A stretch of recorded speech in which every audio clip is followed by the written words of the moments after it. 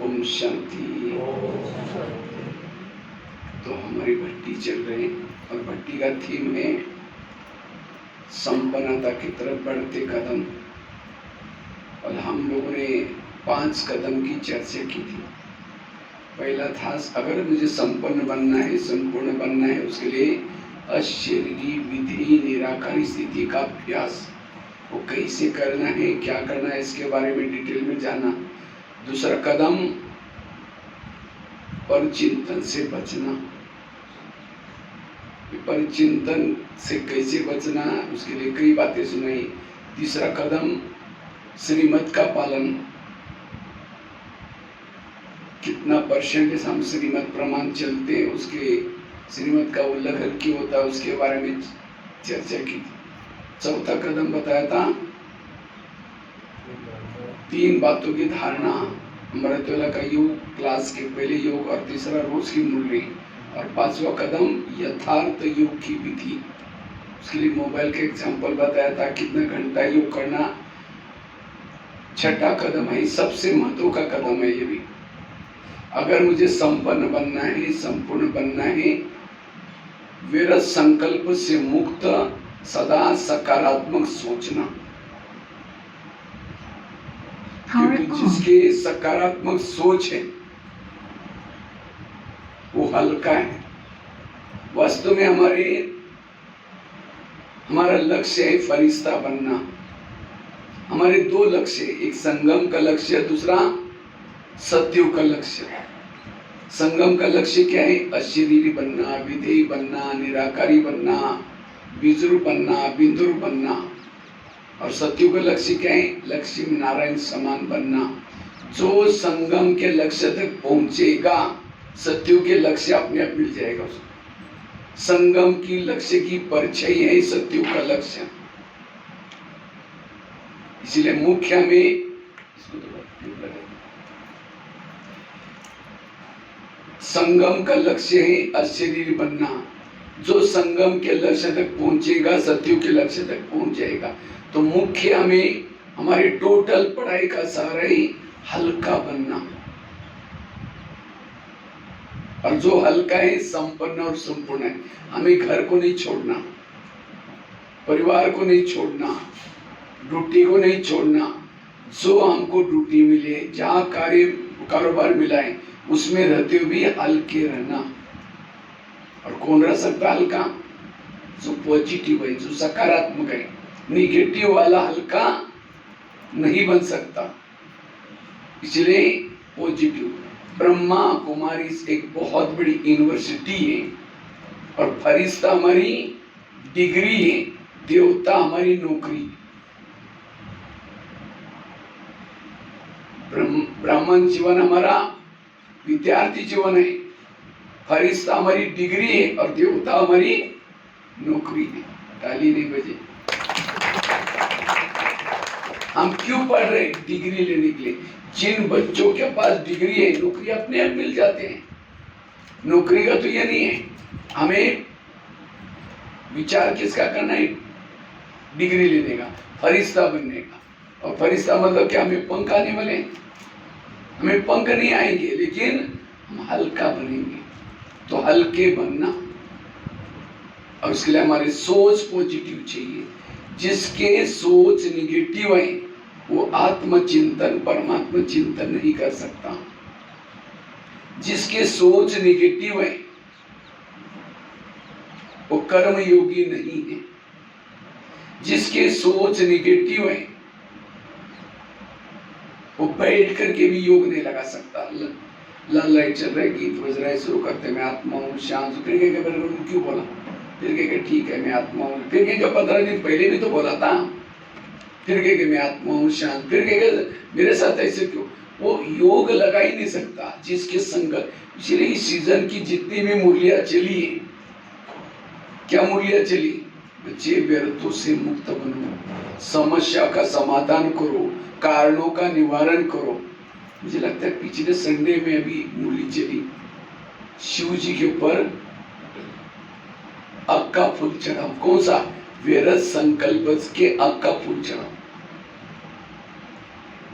अगर शिव जी को प्रसन्न करना है विरत संकल्प के हक का फूल चढ़ाऊं। अगर विरतों से मुक्त बनेंगे हम अशरीरी बन सकते, बिंदुरु बन सकते, बिजरू बन सकते। इस टोटल ज्ञान का सारा ही विरतों से मुक्त बनना, क्योंकि आज हम पवित्र हैं, ज्ञान योग करते, लेकिन अगर संकल्प विरत है, जैसे अंधा पीस रहा है और कुत्ता बैठकर उसको खा रहा है, अंधे को क्या लगेगा? मैंने एक बोरी भर करके पीसा लेकिन जमा कुछ नहीं। इसी तरह आज हम ज्ञान योग कर रहे हैं लेकिन सारा दिन निगेटिव सोच चल रहे हैं, जमा कुछ नहीं है। इसलिए no question, no correction, no quotation, मन चुप। और जिनका मन चुप है विरतों से मुक्त है।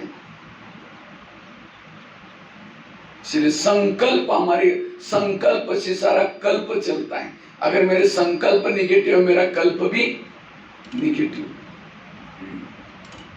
आज दुनिया में तनाव पैदा होता है। तनाव क्या है? तन में आना, बॉडी कॉन्शियस बनना। तनाव को इंग्लिश में क्या बोलते हैं?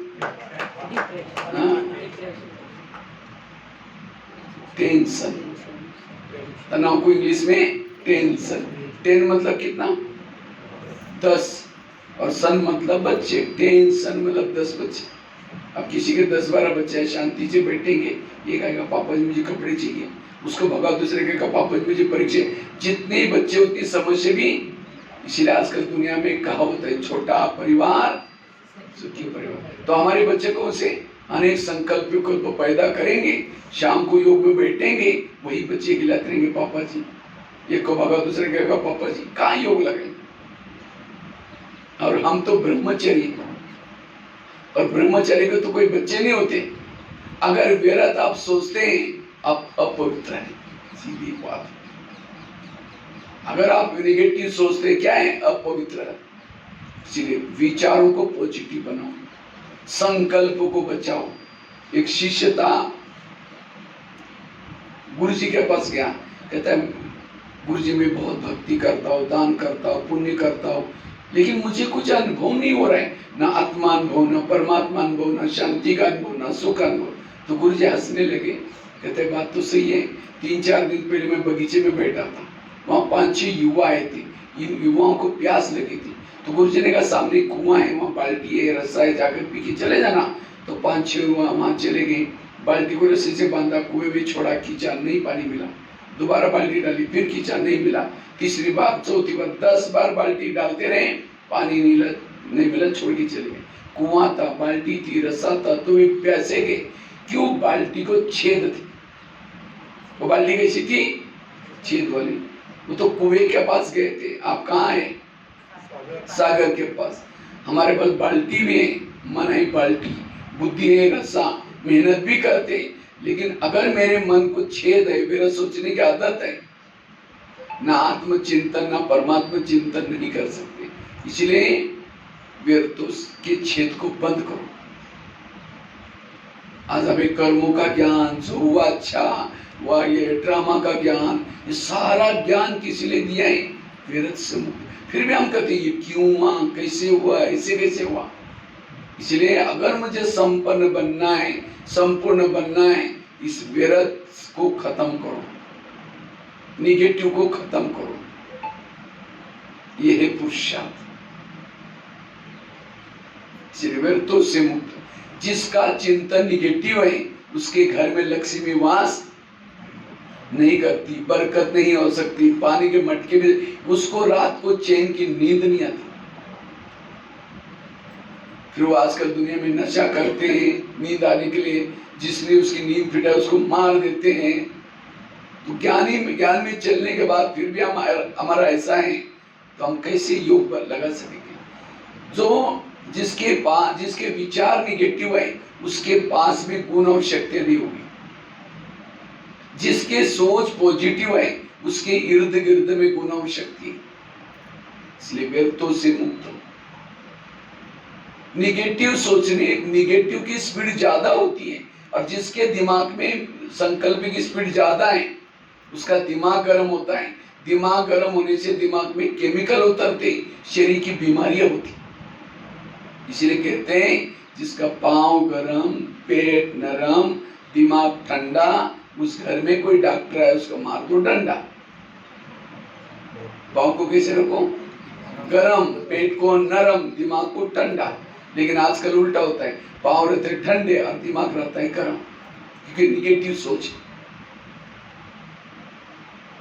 आज हमें शरीर की बीमारियां क्यों हो रही हैं? निगेटिव से होती है, और कोई कारण नहीं है। अगर ज्ञान में चलने के बाद मेरी सोच निगेटिव है, मुझे भी कोई बीमारी पैदा होगी। इसलिए पाँव को कैसे रखो? गरम। कब गरम होंगे? जितना पैदल चलेंगे, वॉकिंग करेंगे, पाँव गरम हो जाएंगे। रोज हमारे 5000 कदम पैदल चाहिए। 5000 कदम।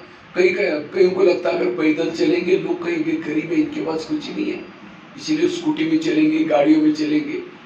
बाकी कोई एक्सरसाइज करो या ना करो, कम से कम रोज पैदल चलो, ब्लड सर्कुलेशन ठीक होगा, सारा बॉडी ठीक रहेगी। और दूसरा, पेट कैसा चाहिए? नरम। पनीर की सब्जी 2 रोटी दबा के खाता है, और कोई कद्दू की सब्जी है, कहीं आज मजा ही नहीं आई। जीभ की टेस्ट पेट में बेस्ट। जो जीभ को अच्छा लगता है वो नहीं खाओ, पेट को जो अच्छा लगता है वही खाओ। जीभ 2 मिनट में नीचे भेजेगी, संभलना पेट को पड़ता है, फिर पेट सारा दिन चिल्लाता रहे। इसलिए आजकल डॉक्टर के पास कोई भी जाता है, डॉक्टर कहता है कच्ची सब्जी खाओ, सलाद खाओ, फल खाओ। ये जीभ को कहाँ अच्छा लगेगा? जीभ को तो समोसा चाहिए, बर्गर चाहिए, चाउमीन चाहिए, पता नहीं क्या क्या आजकल बनाते रहते। इसीलिए होटल के बाहर बोर्ड लिखा है, क्या? होटल, हो सके तो यहाँ सेटल। इसलिए कहने का मतलब संतुलित भोजन चाहिए। अगर हेल्थ अच्छी रखना है, वॉकिंग, संतुलित भोजन, ये दोनों से भी नहीं चलेगा। तीसरी एक जरूरी बात, दिमाग को गर्म ठंडा रखना, शांत रखना। लेकिन दिमाग रहता है गर्म, नेगेटिव से। आज 70% लोगों को बीमारी, आज किसी को पेट की बीमारी होती है, ईर्ष्या वाले विचार चलाने वालों को पेट की बीमारी होती है। इसीलिए कहते हैं ना, तो मेरे को देख करके तुम्हारे पेट में जलन होता है क्या? आज किसी को दूर का कम दिखता है, दूसरे की बुराई को आंखें फाड़ फाड़ के देखते हैं। जो आंखें फाड़ता है, बड़ी बड़ी करता है, आंखों की पुतली फैल जाती है। फिर डॉक्टर के पास जाएंगे, डॉक्टर जी मुझे आजकल धुंधला दिखता है, तो डॉक्टर चेक करता कहता आपको नंबर लग गया, चश्मा लगाना पड़ेगा। चश्मा तो लगाया, फिर भी बुराई देखना नहीं छोड़ेंगे, नंबर उसका बढ़ता ही जाएगा। आज किसी का ब्लड प्रेशर बढ़ गया, बीती हुई बातों को याद किया, बीपी हाई हो गई। आज किसी को अस्थमा होता है, दमा, कोई भी बातों को पेट में दबा कर रखेंगे, दमे का प्रॉब्लम। क्या हुआ? कुछ नहीं हुआ। अरे 15 दिन से बात नहीं करें, चेहरे में नाराज है, नहीं कुछ नहीं हुआ। हुआ बहुत कुछ है, लेकिन दबा कर रख रहे हैं, छिपा रहे हैं, दमे के रूप में बाहर आता है। आज किसी को जॉइंट पेन होती है, गुस्सा करने वालों को जॉइंट पेन, मसल, गुस्सा जब व्यक्ति करता है जॉइंट के ऊपर प्रेशर आता है। आज किसी को स्पॉन्डिलाइट होता है, सर्वाइवल, रास्ते में जा रहे खेती में जा रहे सब्जी लाने के लिए, वो क्या करती है, वो क्या करता है, इधर उधर देखने वालों को स्पॉन्डिलाइट होता है। फिर डॉक्टर के पास जाएंगे, डॉक्टर जी 15 दिन से मेरे गले में कुछ अकड़न हो रहे, तो डॉक्टर चेक करता कहता आपको स्पॉन्डिलाइट हुआ। इसका इलाज करके डॉक्टर एक बड़ा सा पट्टा पहनाता है। जब पट्टा लगेगा 6 महीना ना इधर घूमेंगे न इधर देखेंगे, सीधा देखते चलना पड़ेगा। आज किसी को शुगर होती है, शुगर कोई मीठा खाने से नहीं होती, शुगर का कारण टेंशन। क्या टेंशन? मैं इसकी सास हूं, मैं इसका पति हूं, मैं इस घर का मालिक हूं, मैं इसकी माँ हूं, इस बच्चों को मैंने पढ़ाया लिखाया, छोटे से बड़ा किया, जब इसकी शादी हुई अपनी पत्नी का मानता है, मुझे नहीं पूछता। ऐसे टेंशन से शुगर हो जाते हैं। तो शुगर होगी तो क्या करते? मीठा खाना बंद कर दे, टेंशन में आना बंद नहीं करेंगे। बच्चे ने गिलास गिराया, इतना गुस्सा करेंगे, तेरे को अक्ल नहीं, तुम कमा के लाओ तो पता चलेगा। गिलास था 10 रुपए का, गुस्सा करेंगे, हार्ट में प्रॉब्लम आएगा, 10 लाख रुपए का ऑपरेशन करना पड़ेगा। इसलिए मेरा कुछ भी चला जाए, कुछ भी हो जाए, अपनी सोच को पॉजिटिव बनाओ, सकारात्मक बनाओ। तो मैं निगेटिव हूं या पॉजिटिव कैसा पता चलेगा? मैं खुद निगेटिव हूं या पॉजिटिव? सामने से कोई व्यक्ति आ रहे हैं, उसको देखते हैं रास्ता काट रहे हैं, उसका चेहरा देखना पसंद नहीं करते, निगेटिव है। अगर आपके कोई पति की महिमा करता है, अरे तुम्हारा पति तो बड़ा अच्छा है, हाँ तेरे को क्या पता वो क्या है, मैं जानती हूँ। तुमने तो दूर से एक दिन देखा है, मैं तो पूरा लाइफ उसके साथ में रहती हूँ। कोई तो माता गुस्से से क्या बोलते हैं, वो तो राक्षस है, राक्षस, निगेटिव है। अगर कोई सास की महिमा करता है, अरे तुम्हारे सास तो बड़ी देवी जैसे है, अरे वो क्या है बुढ़िया, मैं जानती हूँ, निगेटिव। अगर एक व्यक्ति के प्रति भी आप निगेटिव है, आपके दिल में बाबा नहीं बैठ सकता। इसलिए पॉजिटिव बनो, सकारात्मक बनो। आजकल डॉक्टर के पास कोई भी पेशेंट जाता है, डॉक्टर क्या कहता है, खुश रहो। खुश होने के लिए लोग क्या करते हैं, लाफिंग क्लब में जाते हैं, हाथ ऊपर करेंगे, हाँ हाँ हाँ करेंगे, घर में आते पत्नी का मुंह देखते चेहरा डाउन हो जाता है। आजकल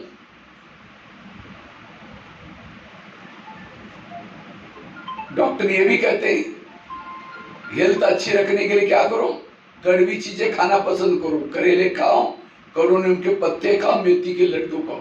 करेले मतलब सब्जी की करेली की बात नहीं, जीवन में आने वाली कड़वी बातों को डाइजेस्ट करो, अपमान किया डाइजेस्ट करो, निंदा की डाइजेस्ट करो, ये है करेले। लेकिन आज किसी को करेले पसंद, और यही बीमारी का कारण है। तो हम व्यर्थों से मुक्त कैसे बने, इसके बारे में हम चर्चा करेंगे। उससे पहले हम ड्रिल करेंगे, सब खड़े रहेंगे।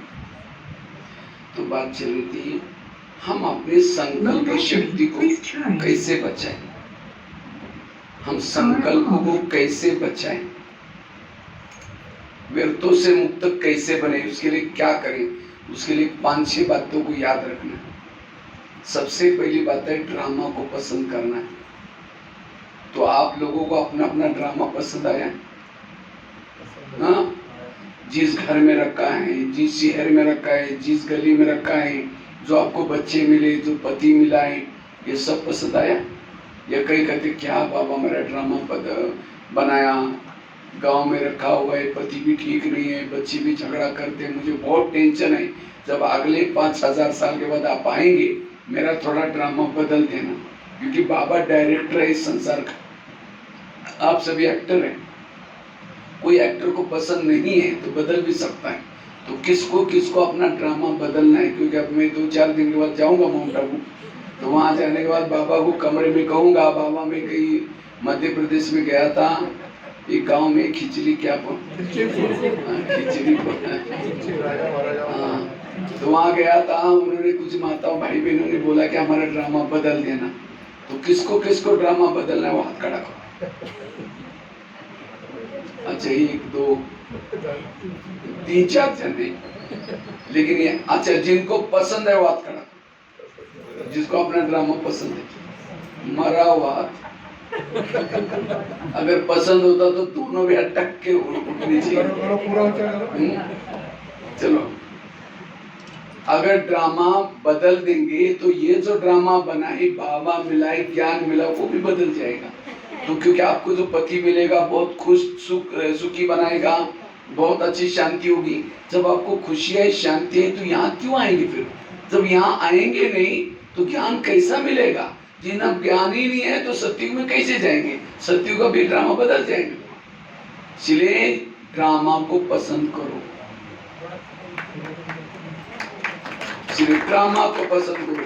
अगर समझे कोई माता जी का पति तंग ना करता, परेशान ना करता, बहुत अच्छा होता, अगर उसको यहाँ बुलाएंगे वो नहीं आएगा, नहीं आएगी। कहेगी बहन जी हमारे घर में बड़ी शांति, नहीं चाहिए तुम्हारा ज्ञान। उस पति का धन्यवाद जिन्होंने तंग किया, परेशान किया, इसलिए यहाँ आए। इसलिए ड्रामा को पसंद कर लो।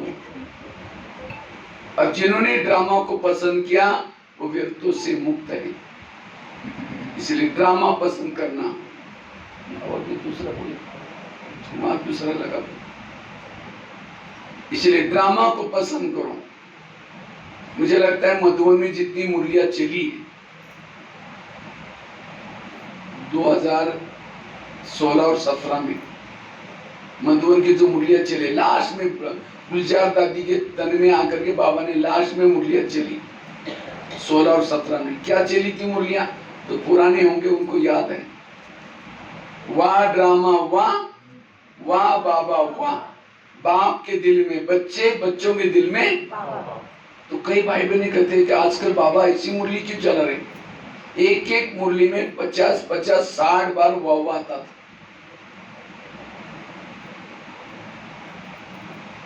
तो इसलिए हमें भी क्या करना है, कैसी भी परिस्थिति हो वाह वाह करते रहो। कोई गाली दे क्या बोलेंगे, आवाज ही नहीं आया, वाह ड्रामा वाह। कोई झगड़ा करे आपके साथ क्या बोलेंगे, वाह ड्रामा। कोई आपकी निंदा करेंगे क्या बोलेंगे। कोई माता जी का पति शराब पी करके पिटाई करे क्या बोलना है, अभी तो चिपी हो गई। आप कहेंगे भाई जी पति शराब पी करके पिटाई करे तो वाह वाह कैसे बोले, तो भी उसको क्या बोलना है, वाह वाह। क्यों, उसके लिए तो पति तो बहुत मिले ना, सतयुग में भी मिला था, त्रेता भी मिला था, द्वापर में भी मिला था, अभी भी मिला है। सतयुग का पति तो बहुत अच्छा था, न शराब पीता था, न मारता था, सोने के महलों में रहता था, पुष्पक विमान था, वो देवता के रूप में था। लेकिन क्या उस पति के कारण बाबा मिला, बाबा मिला है। और अभी का पति भले शराबी है, मारता है, पीटता है, उसके कारण कौन मिला है। तो उस माता के लिए वो सतयुग वाला देवता वाला पति अच्छा या अभी का अच्छा है, हाँ कौन सा अच्छा है। उसको और ही बोलना चाहिए, बाबा ऐसा पति मुझे 5000 साल के बाद भी जरूर देना। ये उनका तो तेज चल रहा है, थोड़ा आवाज कर। बारिश हो रही भाई, अच्छा बारिश हो रही है, चलो मैं सोचा इसका आवाज आ रहा है। चलो डबल बारिश हो रही है, इधर ज्ञान की बारिश और वो बाहर, वो भी जरूरी है। तो इसलिए ड्रामा को पसंद करो। आज सतयुग में भी बच्चे मिले, देवता के रूप में थे, राजकुमार थे, मोबाइल नहीं देखते थे, लेकिन क्या उन बच्चों के कारण बाबा मिला। और अभी का बच्चे भले कैसे भी हो, उनके कारण कौन मिला है, बाबा मिला है। संगम युग में सतयुग में भी शरीर मिला था, कंचन काया था, उस शरीर से खुशबू आती थी, लेकिन क्या उस शरीर के कानों से भगवान के माँ के सुने, क्या उस शरीर के ऊपर बाबा की नजरें पड़ी है, क्या उस शरीर के आंखों से बाबा को देखा है, क्या उस शरीर के मुख से किसी को ईश्वरी माँ के सुना है, क्या उस शरीर के हाथ से कर्मना सेवा की है, क्या वो दिल के अंदर बाबा बाबा धड़कने रहती थी। वो शरीर क्या काम का, जिसने भगवान को ना देखा हो, भगवान के माँ वाक्य न सुने हो। और ये शरीर भले बुजुर्ग है, कैसा भी है, वाह वाह के लायक। ये संगम का शरीर की हर दोपहर के बाद हर जगह पर हर जन्म में मूर्तियां बनेगी। उस सतयुग के शरीर की मूर्तियां नहीं बनेगी, मूर्तियां किसकी बनेगी, संगम की शरीर की। इसलिए शरीर कैसा भी हो, पड़ोसनी कैसी भी हो, सतयुग में भी पड़ोसनी मिली, उसके कारण बाबा थोड़ी मिला है। और अभी की पड़ोसनी के कारण कौन मिला है, बाबा मिला है। सतयुग का पति तो दिल्ली में रहता था, कुंज गली में, और संगम का पति कहाँ रहता है, मध्य प्रदेश के खिचलीपुर में रहता है। तो वो सतयुग वाला पति अच्छा है या खिचलीपुर वाला अच्छा है, कौन सा अच्छा। तो बाबा कह रहे हैं कि बाबा ऐसा ही पति मुझे 5000 साल की बने। यही पति के कारण 84 जन्म की आपकी कमाई हो रही। घर को नहीं छोड़ना, पति को नहीं छोड़ना, अपने विचारों को बदलो, तब कभी भी निगेटिव संकल्प नहीं आएगी। इसलिए ड्रामा को पसंद कर लो। वैसे तो हम 3 बाप के बच्चे हैं, लेकिन माँ कितने हैं, 5 6 कितनी सारी हो जाएगी अगर सब एक 2 बोलेंगे।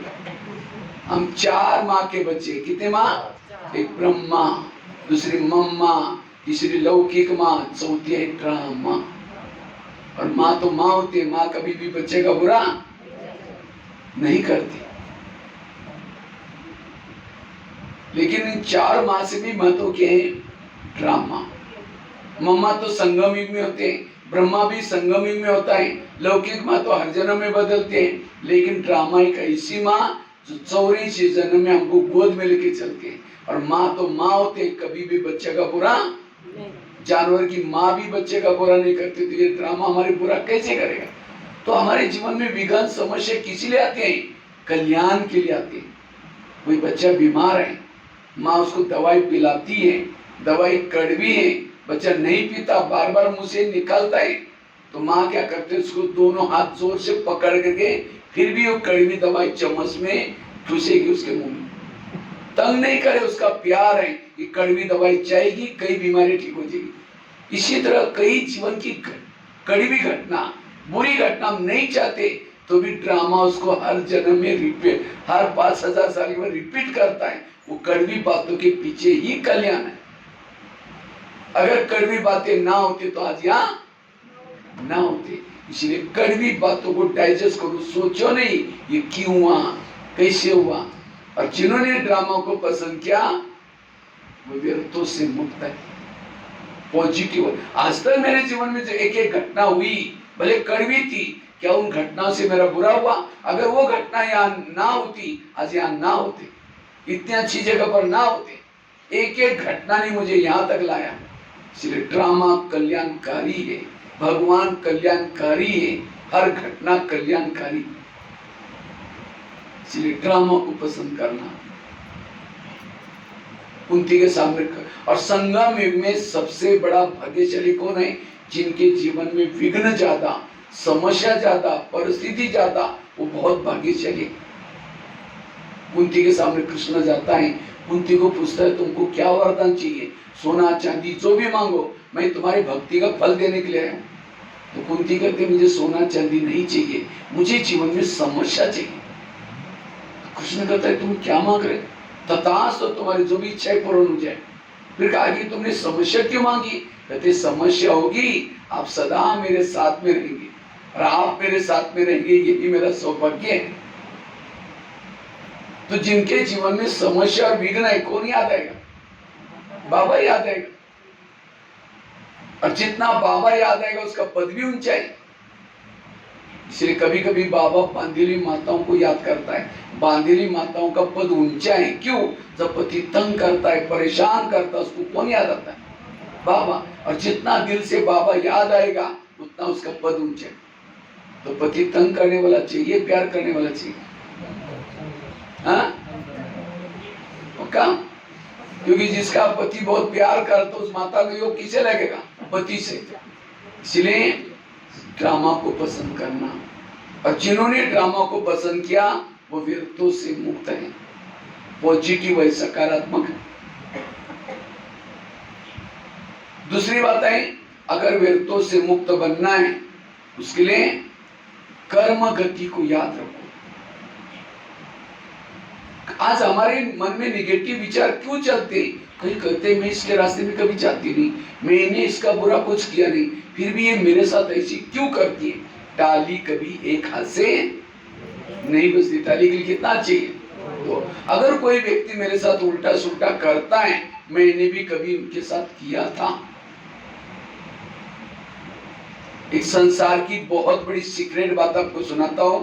आपके घर के जितने भी लोग हैं, पति बच्चा सारे, कोई आपको देने के लिए, कोई आपसे, और जिन्होंने इस लेने देने के घटना को समझा उसको कभी भी निगेटिव विचार नहीं चलेगा। कर्मों को ब्रह्मा को भी कर्मों ने नहीं छोड़ा, दादियों को भी नहीं छोड़ा। आप कौन से पेड़ के पत्ते हैं? कोई कहते हम ज्ञान में चलते तो भी हमारे जीवन में विघ्न क्यों, हमारे जीवन में समस्या क्यों? लोग भी बोलेंगे अरे ओम शांति भी आते हैं, ब्रह्मा कुमारी जाते हैं, तो भी देखो इनके जीवन में क्या क्या प्रॉब्लम है। ओम शांति में कब से आ रहे हैं? कब से आ रहे हैं? 1 साल 2 साल 5 साल 10 साल पिछले जन्म में थे ओम शांति में, और उस समय जो गलत कर्म क्या छुमंतर हो गया, सारा खत्म हो गया। ओम शांति में आने के बाद में मेरे जीवन में प्रॉब्लम है, मेरे पिछले जन्मों के हिसाब है। ब्रह्मा बाबा को खांसी आती थी, तो ब्रह्मा बाबा कभी कभी शिव बाबा को कहता था बाबा मुझे बहुत खांसी आती है, थोड़ा ठीक करो ना। तो शिव बाबा कहता था ऐसा है, मैं पतितों को पावन बनाने के लिए आया हूँ, तुम्हारी खांसी ठीक करने के लिए नहीं आया। खांसी तुम्हारे हिसाब है, हाँ मैं तुम्हारे घर में रहता हूँ, उसका अलग किराया मिलेगा तुमको। इसलिए गुलजार दादी 4 साल हॉस्पिटल में रही, बाबा का रथ संकल्प चला उनको, ये हमारा अंतिम जन्म है, इसके बाद अब हम जन्म लेने वाले हैं। जो भी 63 जन्म में मैंने कुछ किया हुआ है सारा चुक्त करके जाना है। इसलिए बीके बनने के बाद भी प्रॉब्लम आएगी, समस्या आएगी, लेकिन कभी भी निगेटिव नहीं सोचना। कई कहते बीके तो भी मेरे साथ ऐसा करता है, इस जन्म में बीके बना, पिछले जन्म में था, आपने भी कभी राजा बनकर को राजा से निकाल दिया था, समस्या निर्माण की थी। इसलिए आज वर्तमान के मेरे प्रॉब्लम मेरे ही कोई अतीत के भी कोई कर्मों के परिणाम है। इस कर्म गति को समझ करके चुप रहना। आगे चल करके ऐसी ऐसी बातें आएंगी, आप वंडरफुल सोचेंगे ये कैसे हो गया, ये क्या हो रहा है। हिसाब किताब अब हमको वापिस जाना है। कर्मों के हिसाब चुप्त करने के 3 तरीके। एक है योग लगा करके चुप्त करो, उसे भी नहीं होगा। दूसरा है सहन करके चुप्त करो, वो भी नहीं करेंगे। तीसरा है धर्मराज के डंडे खा के चुप्त करो। जो धर्मराज के डंडे मतलब कोई नहीं, प्रकृति की आपदाएं आएंगी, भूकंप आएंगे, उसमें बढ़ जाएंगे और कई समय तक शरीर से आत्मा निकलेगी नहीं, तड़पेंगे, उससे भी हिसाब चुप्त होते हैं। लेकिन उस हिसाब किताब से सत्युग में नहीं जाएंगे चुप्त करने से। जो योग लगा करके हिसाब चुप्त करेगा वो सत्युग में जाता है, त्रेतायुग में जाता है, पद ऊंचा मिलता है, जीवन मुक्ति में जाता है। सहन और उसका पद ऊंचा होगा। और जो सहन करके हिसाब चुप्त करता है जीवन मुक्ति में जाएगा, पद कम हो जाएगा। और जो धर्मराज की पूरी की सजाओं से जो हिसाब चुप्त करेगा वो मुक्ति में जाएगा, द्वापर कलयुग में आएगा, सतयुग में त्रेता में नहीं आएगा। तो कौन सा अच्छा है? सहन करना, ये योग लगाना। इसलिए इस कर्म गति को समझ करके हमें सदा पॉजिटिव रहना है। आज आपको जो बच्चा मिला है, पति मिला है, पिछले जन्मों के कर्मों को चुप्त करने वाले लोग हैं, कोई देने के लिए, कोई लेने के लिए। इसलिए इस कर्म गति को समझ करके हमें सदा पॉजिटिव रहना, कभी भी संकल्प नहीं चलाना। समझे कोई सास है, बहू को तंग करे, परेशान करे, बहू को तनाव, टेंशन आ रहा है, बहुत ऊपर देकर के कहते हैं भगवान तुमने भी आंखें बंद किया क्या? अगर दोनों का पिछला जन्म दिखाए जाए, आज जो बहू है पिछले जन्म उसकी सास थी, और जो सास है वो कौन थी? बहू। इसीलिए कहते हैं ना सास भी कभी बहू थी। अगर पति मुझे तंग करता है, इसका मतलब मैंने भी तंग किया था, मेरा हिसाब क्या हो रहा है? चुप्त हो रहा है। जिस दिन पति ने अच्छी तरह तंग किया, बाबा के सामने जाकर के बैठ करके क्या कहो, बाबा आज मेरा बहुत हिसाब चुप्त हो गया, पति को कहो कि और अच्छी तरह तंग कर ले। ये है पॉजिटिव। जिस कर्म गति को समझना। तीसरी बात है, अगर मुझे व्यर्थों से मुक्त बनना है, जो हुआ अच्छा हुआ, जो हो रहा अच्छा, जो होगा वो भी मेरे जीवन की हर घटना में कल्याण है। बच्चे ने ग्लास गिराई, इतना गुस्सा करेगी, तेरे को अक्ल नहीं, तो कमा के लाओ तो पता चलेगा। ग्लास गिरा, 10 रुपए का था ग्लास, लेकिन गुस्सा करेंगे, 10 लाख रुपए का ऑपरेशन करना पड़ेगा। ग्लास कितना रुपए का था? अगर ग्लास भी टूट गया कोई बात नहीं बेटा, दूसरा लेंगे। वो ग्लास से भी महत्व कि आपके संकल्प विचार है। इसीलिए हर परिस्थिति में, एक रामायण की घटना सुनाता हूँ। राम राज्य बनने वाला था, लेकिन रात में आकर के मंत्रा ने कई कई को 2-4 उल्टी बातें सुनाई, तुम्हारा बेटा भी तो है, तो बेटे को छोड़ करके राम को राजा बना रहे। और ये बातें सुन करके राम को राजा बनाने के बजाय 14 वर्ष सोनमा में भेजा, सीता गई, लक्ष्मण गया, तीनों भी घर से चले गए। वियोग के कारण दशरथ ने प्राण त्यागा, खाने का प्रॉब्लम, सोने का प्रॉब्लम, घास में सोए, किसके कारण? मंत्रा के कारण। तो मंत्रा को जो भी देखेगा उसकी भावना अच्छी चली बुरी चली। मैं खुद जब रामायण देखता था, मंत्रा काला सा ड्रेस बन करके डंडा लेके स्क्रीन में आती, मैं कहता इस बुढ़िया को होगा उसको नहीं देखना। लेकिन एक दिन मैंने जब सोचा, पता चला मंत्रा ने राम के साथ जो किया वो अच्छा किया। अगर रात में ना आती, राम राजा बनता, जंगल में नहीं जाता, सीता की चोरी ना होती, रावण को ना मारता, रावण को ना मारता, राम की महिमा कोई नहीं गाता। तो राम की महिमा किसके कारण? मंत्रा के कारण। इसी तरह हर एक के घर में, आसपास में भगवान ने एक तो मंत्रा रखी, जो चुगली करते हैं, यहाँ की बातें वहां करते हैं। लेकिन आज हमारे निगेटिव विचार वही मंत्रा है। लेकिन राम के मंत्रा ने तो राम का भला किया। तो आपकी भी मंत्र आपका क्या करने वाले? अगर आपके जीवन में मंत्रा ना आती, ना हनुमान मिलता, ना अंगद, ना ऋषि, ना मुनि, किसके कारण मिले? मंत्र के कारण। आज हमको बाबा मिला, देवी परिवार मिला, दीदी दादियां मिली, किसके कारण? आज तक की मंत्रों के कारण। इसीलिए कभी एकांत में बैठ करके आज तक जिन्होंने तंग किया उन सबको धन्यवाद दो। आप लोगों ने हमें तंग किया, हमारा बहुत अच्छा हुआ, लेकिन फिर 5000 साल के बाद तंग करने के लिए जरूर आना। ये है पहुंचेगी।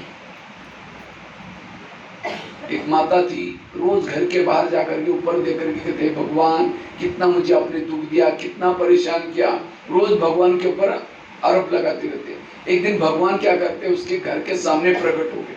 कहते माता तुम्हारा ज्यादा दुख है ना, तुम अपने दुखों की सारी बातें चिट्ठी पर लिख दो और उसी चिट्ठी को गठड़ी मान करके क्या करो, एक गांव के बाहर बड़ का पेड़ वहां टांग किया करो। तुम्हारा ज्यादा है ना, तुम्हारा छोड़ देना, लेकिन उसी बड़ के पेड़ को और भी दुखों की गठड़ी है, तुमको जो भी पसंद है एक लेके आना, क्योंकि दुख दाम नहीं रहती, दुख जरूरी है। माता बड़ी खुश होगी, सारे अपने दुखों की बातें चिट्ठी पर लिख दी और उसको क्या क्या गठड़ी में बांध दी और उसी गठड़ी को गांव के बाहर बड़ का पेड़ उसको टांग दिया। अपना तो छोड़ दिया, लेकिन भगवान ने कहा था कि वहां से कोई भी एक लेके आना। माता बड़ी उसको लगता है ये लू या ये लू या ये लू या ये लू, बहुत गठड़ी है। एक हिम्मत करके निकाल करके लेके जाने लगी। उसको लगता है मेरा पति मुझे तंग करता है, यही मेरा दुख है, सास कभी झगड़ा करते, यही दुख है। अब जिसका मैं लेके जा रही हूँ उसको पति है या नहीं है, तो कौन सी जाति का है, उसको नौकरी है या आईडी खाता रहता है सही, वो शराबी है कैसा है, उसको बच्चे है या नहीं है, कौन से गांव में रहता है, शहर में रहता है। गई, छोड़ दिया और अपना ही लेके आ गई। अपना दुख जानी पहचान वाला है। हर एक के जीवन में दुख जरूर है, इसलिए ये दुख भी है इसलिए कि आपको अच्छाई के लिए आने के लिए। अगर दुख ना होता तो आप यहाँ आते ही नहीं, आपका भाग्य बनता ही नहीं। इसलिए कभी भी अपने जीवन से जैसा रखा है, जहां रखा है उसमें खुश रहना, पॉजिटिव रहना। तीसरी बात, अगर विरक्तों से मुक्त बने, पहली बात बताई कर्म गति, दूसरी ड्रामा, तीसरी बात बताई, दूसरी बताई कर्म गति, तीसरा बताया जो हुआ अच्छा हुआ।